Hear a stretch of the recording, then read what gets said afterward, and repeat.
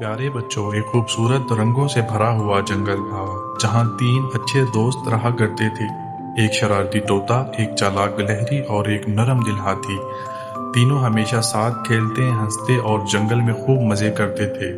तोता बहुत बातूनी था और सबसे बड़ी बात, वो हर वक्त झूठ बोलता था। कभी कहता मैं शेर से लड़ाया हूँ और कभी कहता मैं आसमान को छुआया हूँ। गिलहरी हैरानी से इसे देखती और हाथी हल्की सी मुस्कुराहट के साथ सर हिला देता। एक दिन तोता जोर जोर से चिल्लाया, मदद करो, सांप आ गया है। गिलहरी ने बुरा सा मुंह बनाया और कहा, फिर वही झूठ, और वो गुस्से से वहां से चल दी।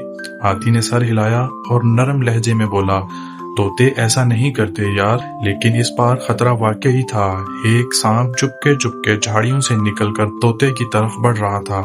तोते ने चीख कर कहा, मेरी मदद करो, वाकई सांप है। लेकिन कोई भी नहीं आया। सबको लगा ये भी झूठ होगा। तोते की हालत खराब हो रही थी। वो कांप रहा था, चीख रहा था, फिर कोई सुनने वाला न था। अचानक एक अक्लमंद उल्लू आसमान से उतरा और अपने परों की फड़फड़ाहट से सांप को भगा दिया। तोते की जान बच गई, लेकिन इसका दिल बहुत बोझल हो चुका था। कुछ देर बाद गिलहरी और हाथी वहां पहुंचे। तोते ने रोते हुए कहा, मुझे माफ कर दो दोस्तों, मैं आइंदा कभी झूठ नहीं बोलूंगा, वादा करता हूँ। गिलहरी ने कहा, अगर तुम सच बोलना शुरू करो तो हम हमेशा तुम्हारे साथ हैं।